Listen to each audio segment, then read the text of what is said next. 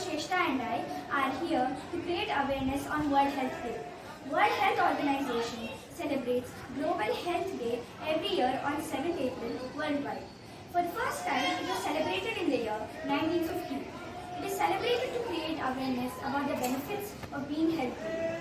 World Health Organization was formed in 1948 in Geneva. On 7th April, the World Health Assembly was held for the first time and it was decided to celebrate 7th April as World Health Day.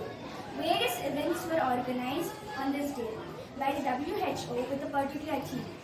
The theme of World Health Day 2022, Health for All, in addition to focusing on the journey to achieving health for all, which is this year's theme, WHO will observe its 75th anniversary under the theme, 75 years of improving public health. Thank you. Now, thank you, Sangeeta. This day is celebrated worldwide by the government and different NGOs and educational institutions.